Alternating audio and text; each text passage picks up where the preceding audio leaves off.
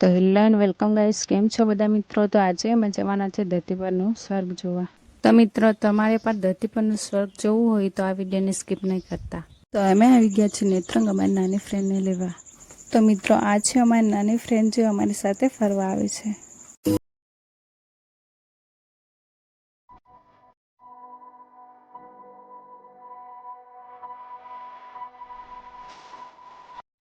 તો દોસ્તો, આ ગેટ જોઈને તો તમે જાણી જ ગયા હશો કે અમે પહોંચી ગયા છે અને અહીંયાથી જો પહોંચાનું જો સીન છે એ સ્ટાર્ટ થાય છે. તો મિત્રો, અહીંયાથી ટિકિટ લેવાની જરૂરી છે, નહીંતર અંદર જવા એટલે કે એન્ટ્રી ન આપે તો એટલે ટિકિટ લેવાની જરૂરી છે.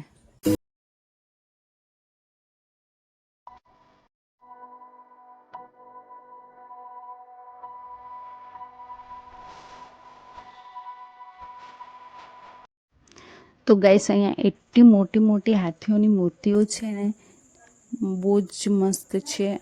અહીંયા એન્ટર થતાં જ ભગવાન સ્વામિનારાયણની મૂર્તિ જોવા મળી જાય છે. તમે જોઈ શકો છો એકદમ. તો મિત્રો, અહીંયા જેટલા મંદિરો છે પહેલાં દર્શન કરી લઈએ. બધા જ મંદિરો તો નહીં બતાવી શકું કેમ કે નાના મોટા બહુ જ મંદિરો છે. તો મિત્રો, અહીંયાનો જે નજારો છે ને તો મન ખુશ ખુશ થઈ જાય.